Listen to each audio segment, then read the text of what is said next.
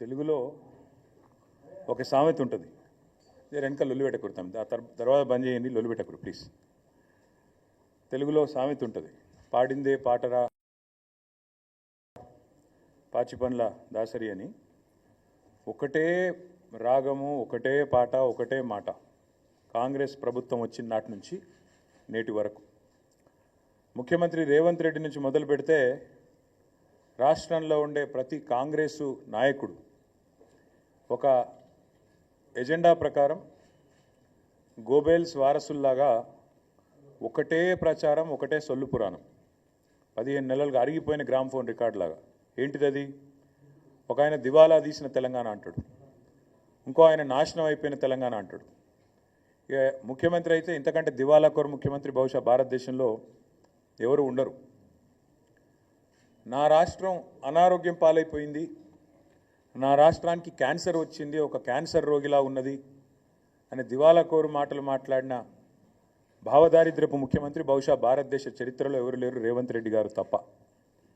కానీ ఇవాళ అదే రేవంత్ రెడ్డి గారి మూతి మీద తన్నినట్టు, అదే రేవంత్ రెడ్డి గారి చెంప చెల్లుమనేటట్టు, అదే రేవంత్ రెడ్డి సొల్లు పురాణం అంతా తప్పు అంటూ ఆయన సొంత క్యాబినెట్లోని సహచరుడు, ఈ రాష్ట్ర ఉప ముఖ్యమంత్రి బట్టి విక్రమార్క గారు, రాష్ట్ర ఆర్థిక శాఖ మంత్రి గారు ఫిబ్రవరి 17 నాడు ఒక సమగ్ర సవివరమైన నివేదికను వారు విడుదల చేసినారు. ఇది మా కవిత్వం కాదు, బీఆర్ఎస్ పార్టీ యొక్క సొంత నివేదిక కాదు, రాష్ట్ర ప్రభుత్వం సాధికారంగా విడుదల చేసిన నివేదిక.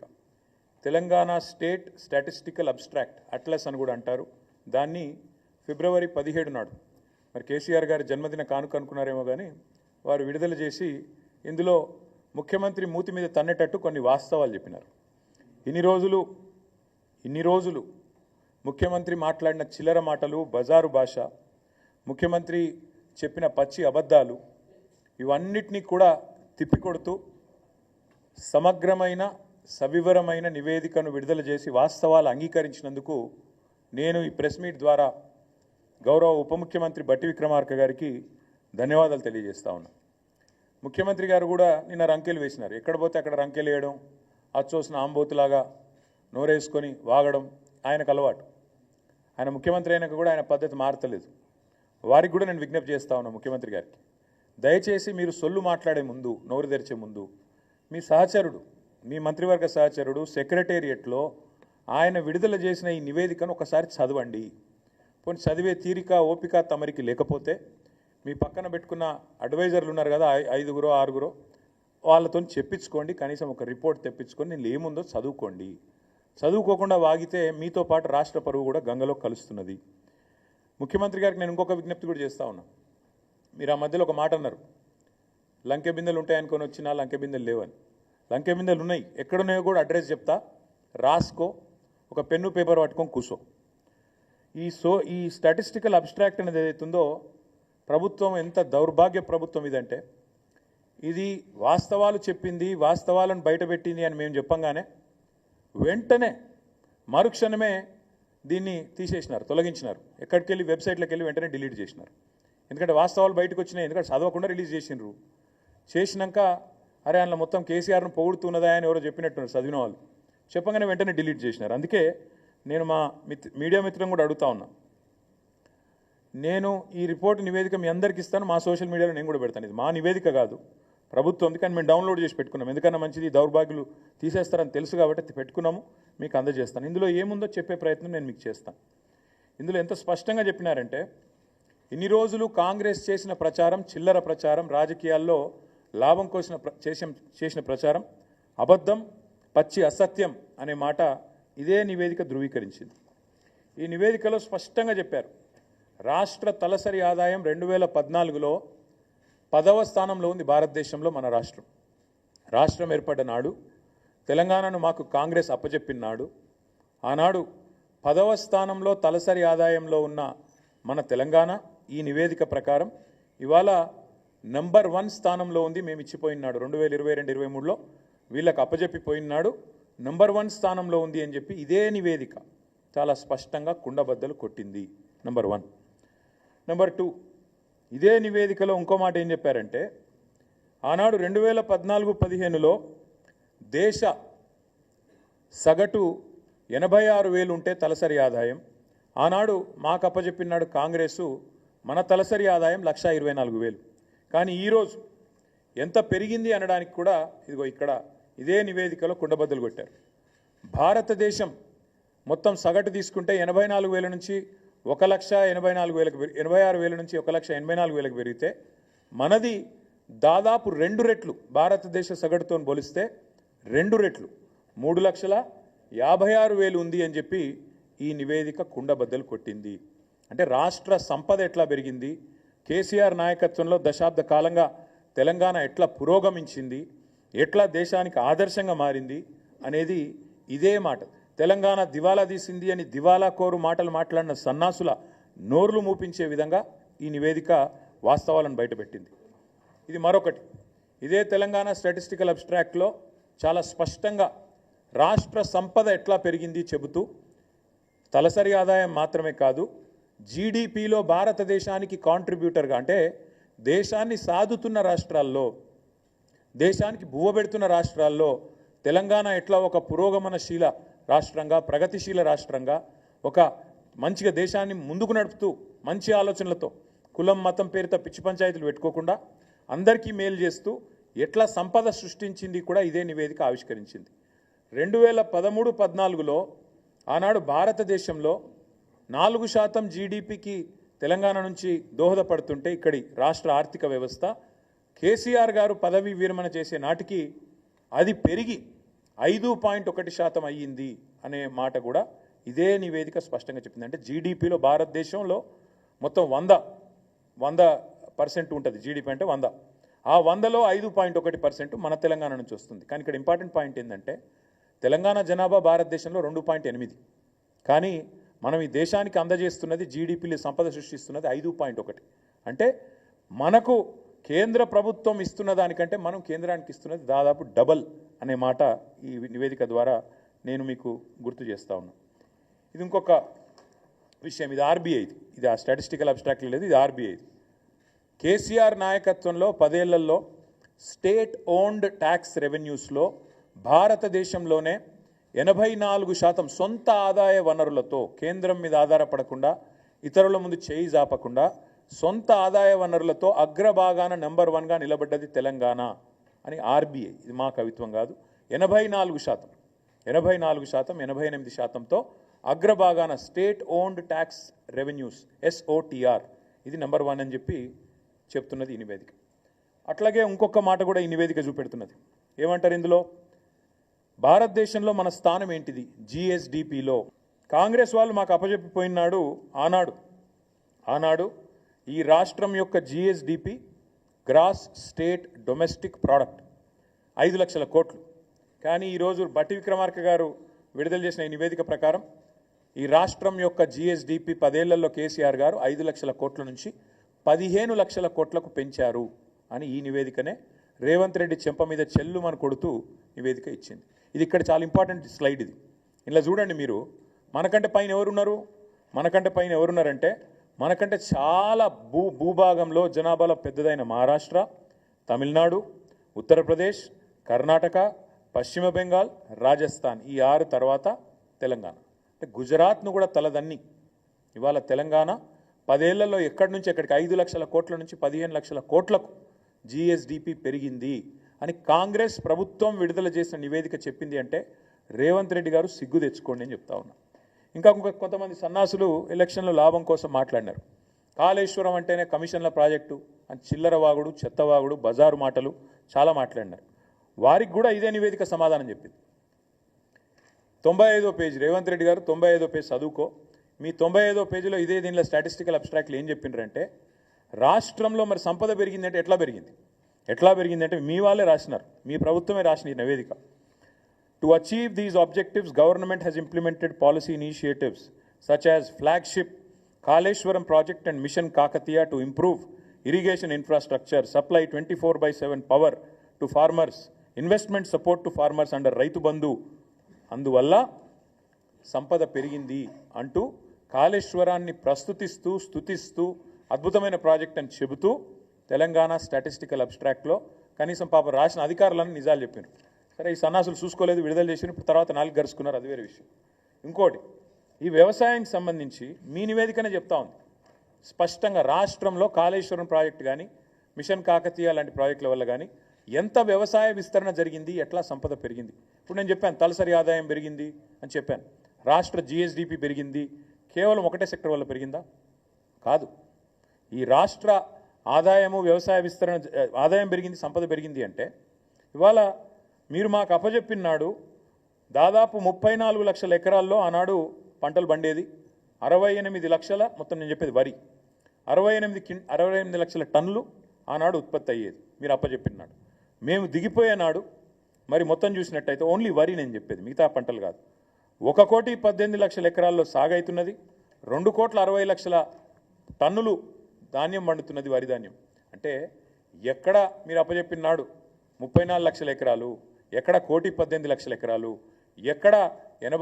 ఎక్కడ 68 లక్షల టన్నులు, ఎక్కడ 2,60,00,000 టన్నులు. ఇది వ్యవసాయ విస్తరణ జరిగిందా లేదా, కాళేశ్వరం పనికొచ్చిందా లేదా, మిషన్ కాకతీయ కమిషన్ కాకతీయ అయ్యిందా?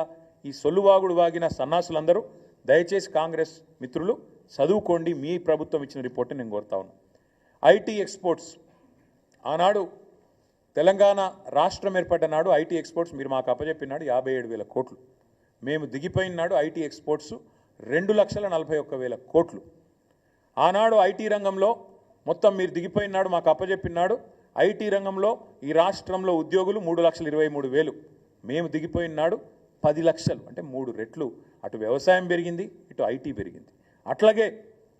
అట్లాగే మీరు ఆఖరికి యాదవ సోదరులకు, కుర్మ సోదరులకు మేము గొర్రెలు పంచి పశు సంపద, జీవ సంపద పెంచే ప్రయత్నం చేస్తుంటే, దానికి కూడా బీసీలను బలోపేతం చేసే ప్రయత్నం చేస్తుంటే దాని మీద కూడా చిల్లర మాటలు మాట్లాడారు. కానీ ఇది మీరు ఇచ్చిన రిపోర్ట్, షీప్ ప్రొడక్షన్లో number 1 in the country Telangana, జీవ సంపదలో number 1 in the country Telangana. అట్లాగే మీరే మాట్లాడినారు, మేము ఈరోజు కమిషన్ కూడా ఒకటేసినారు, పవర్లో కూడా ఏదో జరిగింది అని, విద్యుత్తులో కూడా ఏదో జరిగిందని. కానీ మళ్ళీ మీ రిపోర్టే చెప్తుంది మీరు మాట్లాడిందంతా శుద్ధ తప్పు అని. పర్ క్యాపిటా పవర్ కన్జంప్షన్ ఎట్లా పెరిగింది, ఎట్లా విద్యుత్ స్థాపిత సామర్థ్యం పెరిగింది, ఇది నివేదిక. ఎట్లా పెరిగింది ఆనాడు ఎంతుండే మీరు మాకు అప్పచెప్పినాడు పర్ క్యాపిటా ఎనర్జీ కన్జంప్షన్ 1,356 యూనిట్లు, మేము దిగిపోయినాడు ఎంతుంది 2,349 యూనిట్లు. మరి ఎట్లా పెరిగింది ఇది? వ్యవసాయ విస్తరణ జరిగింది, అట్లాగే పరిశ్రమల విస్తరణ జరిగింది, గృహాలలో కన్జంప్షన్ పెరిగింది, నాణ్యత పెరిగింది విద్యుత్తుది, కాబట్టి కన్జంప్షన్ కూడా పెరిగింది. ఇవన్నీ కూడా మీ రిపోర్టే చెప్తా ఉంది. ఇంకొక 2 మాటలు మాత్రం మీకు చెప్తాను నేను. ఫ్యాక్టరీస్ ఇది చూడండి దయచేసి, ఎట్లా పారిశ్రామిక విస్తరణ జరిగింది. ఐటీ ఒక్క రంగమే కాదు, పారిశ్రామిక విస్తరణ ఎట్లా జరిగింది, ఎన్ని ఫ్యాక్టరీలు, మ్యానుఫ్యాక్చరింగ్ రంగం, ఉత్పత్తి జరిగింది, ఎట్లా జరిగింది. ఇక్కడ ఈ రిపోర్ట్లో ఏం రాశారంటే నెంబర్ ఆఫ్ ఫ్యాక్టరీస్ ఎన్నున్నాయి అని చూస్తే మనకంటే పెద్దదైన రాష్ట్రాలు 6, తమిళనాడు, గుజరాత్, మహారాష్ట్ర, ఉత్తరప్రదేశ్, ఆంధ్రప్రదేశ్, కర్ణాటక. వాళ్ళ తర్వాత మన స్థానం, నెక్స్ట్ మనమే.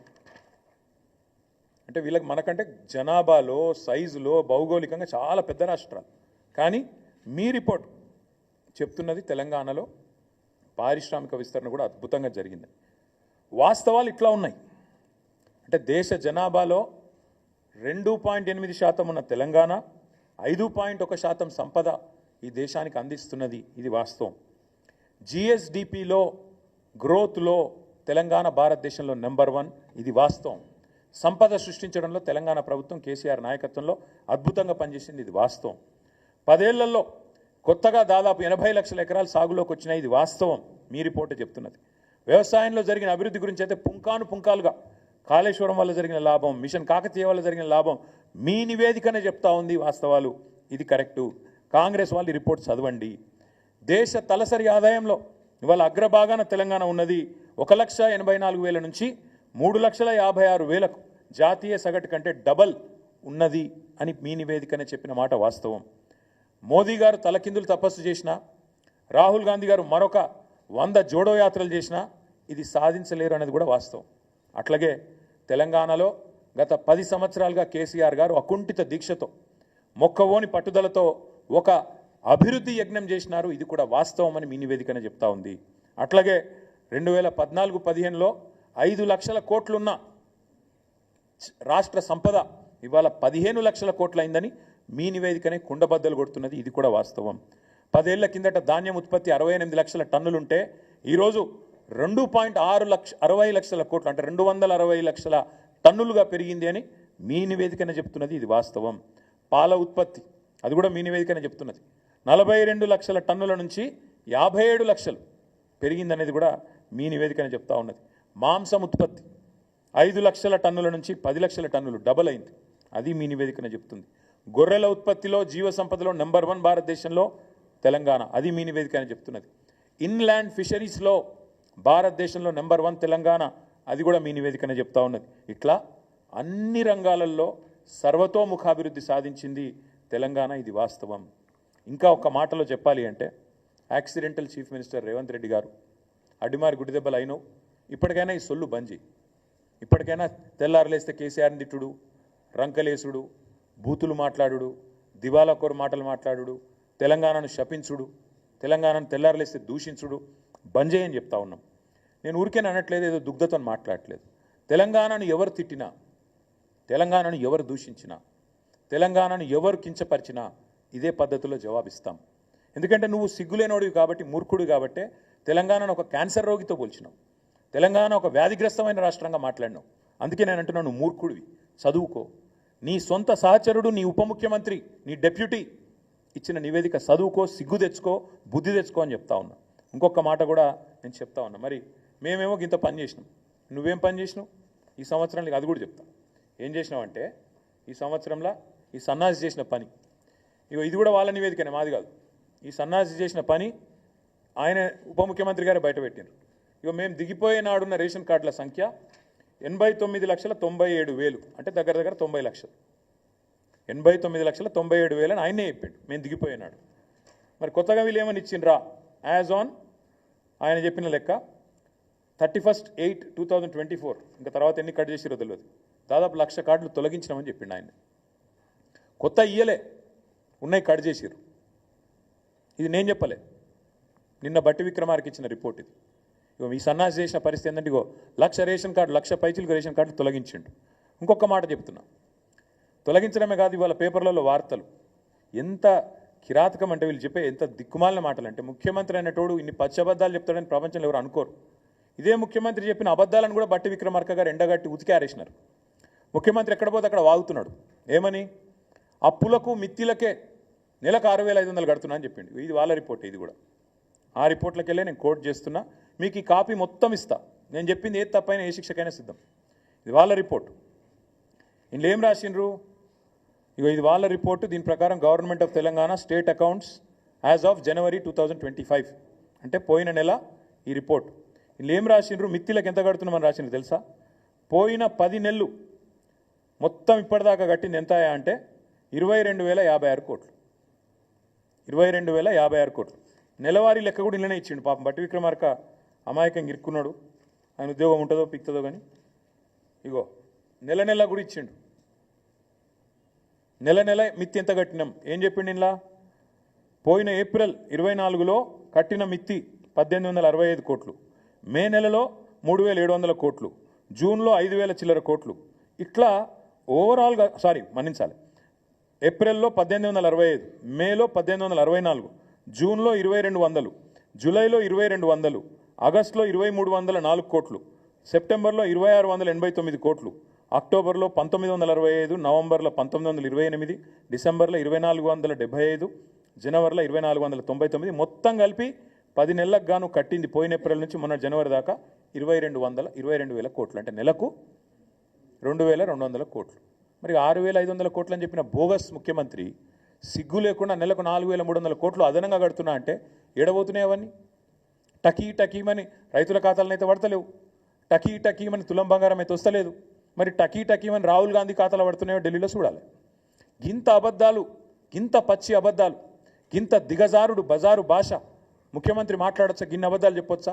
మిత్తి 6,500 కోట్లు అని ముఖ్యమంత్రి చెప్తాడు, లేదు 2,200 కోట్లు అని ఉప ముఖ్యమంత్రి గారు విడుదల చేసిన నివేదిక చెప్తా ఉంది. ఇగో ఇది వీళ్ళ వాస్తవ రూపం. ఇంకా దారుణం ఇదొకటి. ఇంకా దారుణమైన విషయం చెప్తాను. వీళ్ళు ఎట్లా చెప్తారంటే ఏదో మిత్తులు బాగా అయిపోయినాయి, రాష్ట్రం అప్పుల పాలైందని దిక్కుమాలిన మాటలు మాట్లాడతారు. మాకు వాళ్ళు అప్పచెప్పిపోయినాడు, ఇది వాళ్ళ గ్రాఫ్, ఇది కూడా నాది కాదు. మాకు వాళ్ళు అప్పచెప్పిపోయినాడు మిత్తిల విషయంలో, మిత్తిలు as percentage of interest as percentage of SOTR, అంటే రాష్ట్ర ఆదాయం ఎంత, దానిలో మిత్తిల శాతం ఎంత. మాకు అప్పచెప్పినాడు 2014లో రాష్ట్ర ఆదాయంలో మిత్తిల శాతం 21.64%. మేము వాళ్ళకు తిరిగి అప్పచెప్పినాడు కేవలం 17.19%. మరి ఇటు మిత్తిలు పెరిగినాయి అంటున్నావు, మరి రాష్ట్ర ఆదాయం పెరిగింది చెప్పవు. ఆ రోజు మీరు మాకు అప్పచెప్పినాడు మిత్తిలు రాష్ట్ర ఆదాయంలో 21%, 21.64%. మళ్ళీ మేము మీకు తిరిగి అప్పచెప్పినాడు 17.19%. ఇది చెప్పవెందుకు? ఈ గణాంకాలు చెప్తే కదా, నువ్వు చెప్పపోయినా నిజాలు. అంటే రాష్ట్రాన్ని అద్భుతంగా మీకు అప్పచెప్పినాం, మరి మీరేం చేస్తున్నారు? కేసీఆర్ చెప్పింది నిజం చేస్తున్నారు. ఢిల్లీ పార్టీలకు తెలంగాణను పరిపాలించుడు చేత కాదు అని తేలిపోయింది. కాబట్టే ఇది పేపర్లో వార్త ఈరోజు. ఇది ఈరోజు వార్త, ఈరోజు పేపర్లో వచ్చిన వార్త ఇది. రాష్ట్ర ఆర్థిక పరిస్థితి గరిష్టానికి, ఆర్థిక లోటు గరిష్టానికి వీకింది, సన్నాసులకు పరిపాలన చేత అయితే లేదు. మేము చేసింది ఏందో ఇప్పుడు నీ ప్రభుత్వమే చెప్పింది, నేను చెప్పలేదు, నా కవిత్వం కాదు. ఈరోజు ఈ దివాలాకోరు కాంగ్రెస్ నమ్మిన పాపానికి, వీళ్ళ అసమర్థ పాలనలో తెలంగాణ చేతికి చిప్పొచ్చే పరిస్థితి ఉన్నది. ఎందుకు అంటే జనవరి నెలాఖరు వరకు, అంటే మొన్న పోయిన నెలాఖరు వరకు రెవెన్యూ ఆదాయం వీళ్ళు 1,23,000 కోట్ల ఆదాయం ఆర్జించినారు. కానీ ఖర్చు పెట్టింది లక్ష కాదు, 1,23,815 కోట్లు వీళ్ళు సంపాదించినారు. ఖర్చు చేసింది మాత్రం 1,49,866 కోట్లు. అంటే రాబడి కంటే ఖర్చు 26,000 కోట్లు ఎక్కువ. ఏడబోతున్నాయి ఈ పైసలన్నీ? కొత్త స్కీమ్ చాలు చేయలే, ఒక్క మనిషికి కొత్త రూపాయి ఇయ్యలేను. మహిళలకు 2,500 అన్నావు, 2 రూపాయలు ఇయ్యలే. తులం బంగారం అన్నావు, మన్ను కూడా లేదు. రైతు బంధు వెయ్యవు, రైతు రుణమాఫీ చెయ్యవు, స్కూటీలు అంటావు ఇయ్యవు, ముసలోళ్ళకు పెన్షన్లు 4,000 చేస్తానో ఇయ్యవు. మరి ఎందుకు ఖర్చు పెరిగింది? ఎందుకు నువ్వు రాబడి కంటే ఖర్చు పెంచినావు చెప్పగలుగుతావా? అసలు ఎందుకు అప్పు చేస్తున్నావు? ఇవాళ మీకు మిగులు బడ్జెట్తో రాష్ట్రాన్ని అప్పచెప్తే నువ్వేం చేస్తున్నావు? ఒక సంవత్సరంలో 1,41,000 కోట్లు అప్పు చేసినావు నువ్వు. ఈ నీ రేవంత్ రెడ్డి చేతగాంతనం, కాంగ్రెస్ పార్టీ అసమర్థత ఇవాళ రాష్ట్రానికి ఆశనిపాతంలాగా పరిణమించింది. ఎందుకంటున్నా ఈ మాట? నీ తుగ్లక్ నిర్ణయాలు, హైడ్రా పేరిట మొత్తం రియల్ ఎస్టేట్ రంగాన్ని దెబ్బగొట్టినావు, నాశనం చేసి కుప్పగూల్చే పరిస్థితి తెచ్చినావు. నీ దిక్కుమాలిన విధానాల వల్ల ఇవాళ స్టాంప్స్ రిజిస్ట్రేషన్ మరి 18,000 కోట్లు అంచనా వేస్తే ఇప్పటిదాకా వచ్చింది కేవలం 5,821 కోట్లు రిజిస్ట్రేషన్లు తగ్గినాయి. ఇది వాస్తవం. నువ్వు ఒప్పుకున్నా ఒప్పుకోకపోయినా నీ ఆదాయం పెరుగుతుండొచ్చు, నీ ఆస్తులు పెరుగుతుండొచ్చు, కానీ రియల్ ఎస్టేట్ రంగానికి నువ్వు పొడిచిన వెన్నుపోటు వల్ల, నీ దిక్కుమాలిన హైడ్రా వల్ల ఇవాళ రియల్ ఎస్టేట్ వాళ్ళు కూడా ఆత్మహత్యలు చేసుకునే పరిస్థితి వచ్చింది. వేణుగోపాల్ రెడ్డి అని మొన్న తమ్ముడు ఆత్మహత్య చేసుకున్నాడు. నీకు రాజకీయపరమైన కక్షల సెటిల్మెంట్ తెలుసు తప్ప రాష్ట్రాన్ని ఎట్లా ఆర్థికంగా బాగు చేయాలన్న సోయి నీకు లేదు. అందుకే కేసీఆర్ ఆనవాళ్ళను చెరిపేసే కుట్రలో వ్యవసాయాన్ని సాగు దెబ్బగొట్టినావు. మేడిగడ్డ రిపేర్ చేయకుండా 15 నెలలు ఎండబెట్టడం వల్ల వాళ్ళు ఏం జరుగుతున్నది? భూగర్భ జలాలు అడుగంటిపోయి వ్యవసాయం సంక్షోభంలో పడి చివరి మల్లకు కాళేశ్వరం నీళ్లు చివరి మల్ల ఎక్కడైతే ఉత్తమ్ కుమార్ రెడ్డి నియోజకవర్గంలో అందుతాయో అక్కడ మొత్తం ఎండిపోయే పరిస్థితి ఉన్నది. ఈరోజు కోదాడలో, హుజూర్నగర్లో, సూర్యాపేటలో, తుంగతుర్తిలో పంటలు ఎండిపోయే పరిస్థితి. ఇవాళ మీరు కాళేశ్వరం ఎండబెట్టడం వల్ల, కేసీఆర్ మీద కోపంతో మేడిగడ్డ రిపేర్ చేయకపోవడం వల్ల అదొక వైపు. అట్లాగే మేము 10 ఏళ్ళు పకడ్బందీ ప్రణాళికతో అవినీతి లేకుండా రాష్ట్ర ఖజానాను ప్రతి ఏటా సంపదను పెంచుతూ, మధ్యలో కరోనా వచ్చినా, డిమానిటైజేషన్ వచ్చినా, కేంద్రం అసలు సహకరించకపోయినా మేము సంపద సృష్టించినాం, రాష్ట్రానికి తలసరి ఆదాయం పెంచినాం. నువ్వేం చేసినావు? ఈ ఒకటే సంవత్సరంలో సావు దెబ్బ కొట్టి అన్ని రంగాలను కూడా నీ చేతగాంతనంతో ధ్వంసం చేసినావు. మీరేం ఎస్టిమేట్ చేసినారు? 1,65,000 కోట్ల ఆదాయం వస్తుందని మీరు అంచనా వేసినారు. కానీ ఇప్పటికి వచ్చింది ఎంత?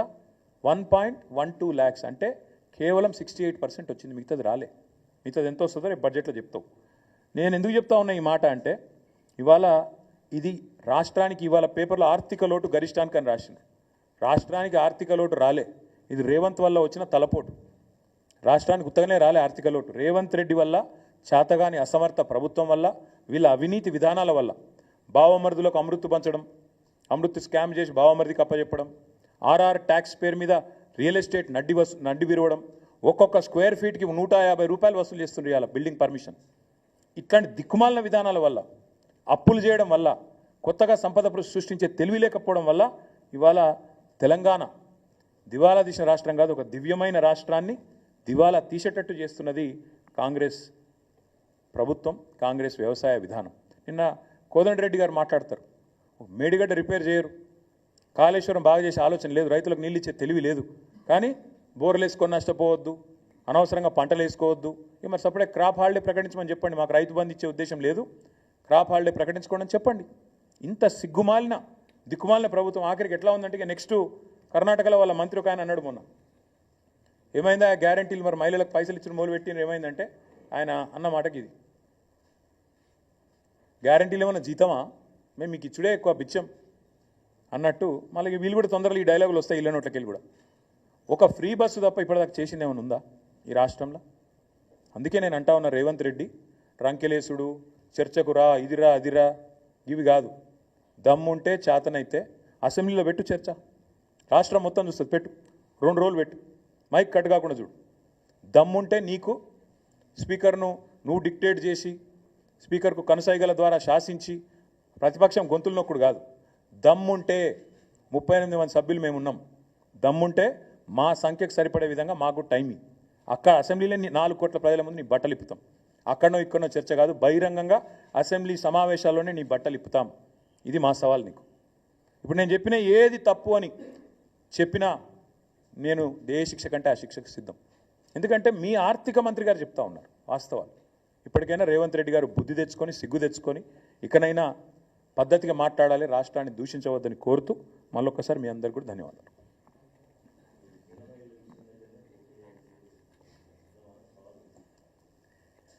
మేము కూడా ప్రతి సవాల్ చేయవచ్చు, ఏముందన్న అందులో. రాష్ట్రంలో రైతు రుణమాఫీ ఎక్కడ 100% అయిందో ఏ ఊళ్ళే ఆ ఊళ్ళే మేము పోటీ చేస్తాం, మేము పోటీ చేయండి. ఎక్కడన్నా ఒక ఊరు చూపెడతావా? కొండారెడ్డిపల్లిలో అయిందా 100%? కొడంగల్లో అయిందా? మీ అత్తగారు ఊళ్ళో అయిందా? ఎక్కడైంది? నేను కూడా అనొచ్చు, రైతు బంధు మొత్తం పడితే ఆడ పోటీ చేద్దాం అనొచ్చు, తులం బంగారం ఇస్తే పోటీ చేయ అనొచ్చు, నెలకు 2500 ఇచ్చిన మహిళలను ఓటు అడుగు అని నేను కూడా అనొచ్చు, నెలకు 4000 ఇచ్చిన ముసలోళ్ళే మాత్రమే ఓటు అడగాలి, 2000 ఉన్నోళ్ళంతా మాకేయాలని నేను కూడా అనొచ్చు. ఈ బజారు భాష, చీప్ టాక్టిక్స్, చిల్లర మాటలు, వీటితో ఇంకెన్ని రోజులు టైంపాస్ చేస్తారని నాకు అర్థం కాదు. ఇప్పుడు నేను లేవనెత్తిన ప్రశ్నలు కానీ, నేను చెప్పిన విషయాలు కానీ ఇందులో ఏమైనా తప్పు ఉంటే ముఖ్యమంత్రి, ఉప ముఖ్యమంత్రి, ఇంకో మంత్రి వాళ్ళ వైపు నుంచి ఎవరైనా సాధికారంగా చెప్పగలిగే వాళ్ళు ఉంటే రమ్మనండి. ఇంకోటి అసెంబ్లీలో చర్చ పెట్టండి, 2 రోజులు పెట్టండి. ఇంతకంటే ఇంపార్టెంట్ ఏముంది? బడ్జెట్ సమావేశాలు ఉన్నాయి ముంగట, మైక్ ఇవ్వండి. మైక్ ఇవ్వకుండా గొంతు నొక్కుడు, ఇష్టం వచ్చినట్టు ఒర్రుడు, ఇది కాదు కదా పాయింట్. మేము చాలా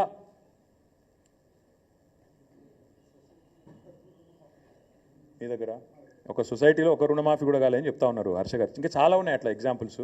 నేను చెప్పేది ఒకటే, ముఖ్యమంత్రి గారు నిన్న ఆడపోయి 1 కోటి మంది మహిళల్ని కోటీశ్వరులు చేస్తాను, ఎంతమంది కోటీశ్వరులను చేసినా వాళ్ళని ఓట్లాడు చూస్తా, నేను కూడా ఎంతమంది మహిళలు ఓట్లు వేస్తారో నేను కూడా చూస్తాను. నీకు కోటీశ్వరులు కాదు, నువ్వు కనీసం వాళ్ళను రేపటి రోజున ఉన్నదంతా గుంజుకోపోతే చాలు, వాళ్ళ మెడల పుస్తల తాడు గుంజుకోపోతే చాలు. నువ్వు ఇప్పటికే స్టార్టర్లు ఎత్తుకపోతున్నావు, మీటర్లు ఎత్తుకపోతున్నావు, రేపు పుస్తల తాడు కూడా గుంజుకోపోతావు. ఇవన్నీ ప్రజలకు తెలుసు.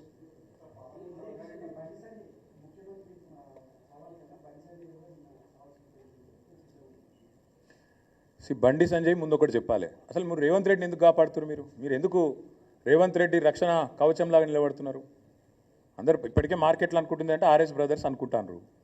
నేను సూటిగా అడుగుతున్నా బండి సంజయ్ని, బీజేపీని, మీ ప్రధానమంత్రి హైదరాబాద్కి వస్తాడు, ఆర్ఆర్ ట్యాక్స్ వసూలు చేస్తుండ్రు అంటాడు, చర్యలు ఉండయి, 150 రూపాయలు పర్ స్క్వేర్ ఫీట్ బిల్డర్ల దగ్గర వసూలు చేస్తుండ్రు. నేను మున్సిపల్ మంత్రిగా పనిచేసిన 10 ఏళ్ళు, మా హయాంలో 0 కరప్షన్, ఇట్లా దిక్కుమాలిన ట్యాక్సులు పెట్టలేము మేము. నువ్వు ఇప్పుడు 150 రూపాయలు పర్ స్క్వేర్ ఫుట్ మంచిగా నిలబెట్టి వసూలు చేస్తున్నావు, ఇది వాస్తవం. చేతనైతే బండి సంజయ్ని, బీజేపీని చర్య తీసుకోమనండి. నేను ఢిల్లీ పోయినా, ముఖ్యమంత్రి గారు అన్ని నిబంధనలు తుంగలో దొక్కి మీ అమృత్ పథకాన్ని వాళ్ళ బావమరిదికి అప్పచెప్పిండు సృజన్ రెడ్డికి అని చెప్పిన, ఇప్పటి వరకు చర్య లేదు, కనీసం విచారణకు ఆదేశించలేదు. పొంగులేటి శ్రీనివాసరెడ్డి ఇంటి మీద ఈడీ రైడ్ అవుతుంది, అది బ్రహ్మరహస్యం, ఎవరికి తెలియదు, ఈడీ చెప్పది, పొంగులేటి చెప్పడు. అసలు first of all BJP Revanth Reddy ప్రభుత్వాన్ని ఎందుకు కాపాడుతుందండి? ఇంత అవినీతి జరుగుతుంటే అమృత్లో, ఆర్ఆర్ ట్యాక్స్ రూపంలో, ఈడీ రేట్లలో మొత్తం కోట్ల రూపాయలు దొరికినా ఎందుకు బయట పెడతలేరు? ఎందుకు రేవంత్ రెడ్డిని కాపాడుతున్నారు? మీకేంది మొహమాటం? మీకున్న ఆబ్లిగేషన్ ఏంది? రేవంత్ రెడ్డి గారు ఏమైనా లోపాయికారు ఒప్పందం ఉందా? ఏమైనా అండర్స్టాండింగ్ ఉందా? చేరుతా అన్నాడా మీ పార్టీలో? ఏంటి చెప్పండి. అసలు ఆ మాటలు మాట్లాడకుండా ఏదో సొల్లు మాటలు తెల్లారలేస్తే ఆయన ఈయన తిట్టినట్టు, ఈయన ఆయన తిట్టినట్టు, రాహుల్ గాంధీ కులము, మోడీ కులము, ఇవి కాదు కదా ప్రజలకు కడుపు నింపేది. మేము అడుగుతున్నాం సూటిగా, నువ్వు చెప్పు, రేవంత్ రెడ్డిని ఆర్ఆర్ ట్యాక్స్ విషయంలో ఎందుకు ఉపేక్షిస్తుంది బీజేపీ. ఎందుకు నీ బావమరిదికి అమృత్ స్కీమ్ మొత్తం 1100 కోట్ల స్కామ్ చేసినా రేవంత్ రెడ్డిని మీరు కాపాడుతున్నారు? అది కేంద్ర ప్రభుత్వ పథకం అమృత్. ఎందుకు సృజన్ రెడ్డి షోదా కంపెనీకి అప్పజెప్పినా ఎందుకు నీ ప్రభుత్వం కాపాడుతున్నది రేవంత్ రెడ్డిని? ఎందుకు రేవంత్ రెడ్డి గారి మంత్రివర్గంలోని పొంగులేటి మీద రేడైతే ఈడీ 4 నెలలైనా ఎందుకు మాట్లాడది? ఏంది బ్రహ్మరహస్యం చెప్పగలుగుతారా? ముందు బండి సంజయ్ని దమ్ముంటే కేంద్ర హోంశాఖ సహాయ మంత్రి అయినా చెప్పమను, తర్వాత మిగతా విషయాలు మాట్లాడచ్చు. ఇక ఆయనకు తెలివి లేదు, ఆయనకు పరిజ్ఞానం లేదు, ఏదో మాట్లాడుతుంటాడు, వరుతుంటాడు, బతుకుతుంటాడు. నాకు తెలియదు కదా, నాకు విషయం తెలియదు. ఒకటి మాత్రం పక్క, ఎస్ఎల్బీసీయే కాదు, సుంకిశాల కూలిపోయింది. పాపం ఒక ఆయన గవినోళ్ళ శ్రీనివాస్ అని ఆర్టీఐ యాక్టివిస్ట్, మహబూబ్నగర్ జిల్లా, ఆయన అప్లై చేసుకున్నాడు. సుంకిశాలలో ఎంత నష్టం జరిగింది, ఏం జరిగిందని. అది దేశ భద్రతకు సంబంధించిన రహస్యం ఇయ్యమంటారు. ఎవరిని కాపాడుతుంటారు రేవంత్ రెడ్డి? ఎవరినైతే గతంలో ఇష్టం వచ్చిన బూతులు తిట్టిండో, ఆంధ్ర కాంట్రాక్టర్లని, ఈస్ట్ ఇండియా కంపెనీ అని వాళ్ళని కాపాడుతున్నావా? ఏంది దేశ భద్రత? సుంకిశాలలో రిటైనింగ్ వాళ్ళు కూలిపోతే దేశ భద్రత అదేమన్నా? సుంకిశాల పాకిస్తాన్ బార్డర్లు ఉందా? కూలిపోతే దాంతో ఏమో దేశ భద్రతకు ముప్పు వచ్చేందుకు ఎవరిని కాపాడుతున్నావు? సుంకిశాల గురించి ముందు చెప్పు. మళ్ళీ అదే సంస్థకి ఇన్ని కాంట్రాక్ట్లు ఇస్తున్నావు, ఎందుకు ఇస్తున్నావు? ఎవరి కోసం ఇస్తున్నావు? ఎవరి మెహర్బానీ కోసం? చెప్పాలా రేవంత్ రెడ్డి సమాధానాలని? ఎస్ఎల్బీసీ సంగతి నాకు తెలియదు, తెలుసుకొని చెప్పు. స్పష్టంగా చెప్పాం కదా బ్రదర్, మన హరీష్ రావు గారు డీటెయిల్డ్గా చెప్పారు, నిన్న శ్రీనివాస్ గౌడ్ గారు, నిరంజన్ రెడ్డి గారు, జగదీష్ రెడ్డి గారు వివరంగా చెప్పారు. దున్నపోతు మీద వాన పడ్డట్టు వాళ్ళు ఇప్పటివరకు స్పందించట్లేదు, ఏదో ఉత్తరం రాసి చేతులు దులుపుకుందామని చూస్తున్నారు. నీళ్లు పోతుంటే కిందికి తీసుకొని పోతుంటే నిరాటంకంగా, గతంలో కాంగ్రెసే దోపిడీకి తెరదీసింది, పోతిరెడ్డిపాడు పొక్క పెట్టింది కాంగ్రెసే, దాన్ని నిరసిస్తూ రాజీనామా చేసింది టీఆర్ఎస్. హారతులు పట్టిన వాళ్ళు ఇవాళ కొంతమంది బీజేపీలో ఉన్నారు, కొంతమంది కాంగ్రెస్లో ఉన్నారు. నష్టం చేసింది ఖచ్చితంగా కాంగ్రెస్, ఆనాడైనా ఈనాడైనా బాధ్యత ఖచ్చితంగా కాంగ్రెస్దే. ముఖ్యమంత్రికి మోడీని అడిగే దమ్ము లేదు, ఎందుకంటే మోడీని గట్టిగా తిడితే లోపల వాడిస్తాడు, పదవి పోతుంది, ఆయన భయం ఆయనకున్నది. మేము స్పష్టంగా ఉన్నాం. కేఆర్ఎంబీని మొత్తం అప్పజెప్తాం కేంద్రానికి అంటే మేము నల్గొండ పోయి బహిరంగ సభ పెట్టి కేసీఆర్ గారు గర్జిస్తే వెంటనే దిగొచ్చి శాసనసభలో తీర్మానం చేసినారు. రేపు మళ్ళీ పట్టుబడతాం శాసనసభలో కూడా. ఖచ్చితంగా కృష్ణా జలాల దోపిడీ విషయంలో ఈ ప్రభుత్వం యొక్క వైఖరిని శాసనసభలో ఎండగడతాం, బయట ఎండగడతాం. కేంద్రము, ఈ ప్రభుత్వం, అటు బీజేపీ ఇటు కాంగ్రెస్ తమ వైఖరి మార్చుకోకపోతే డెఫినెట్గా మా కార్యాచరణ ప్రకటిస్తాం. Thank you.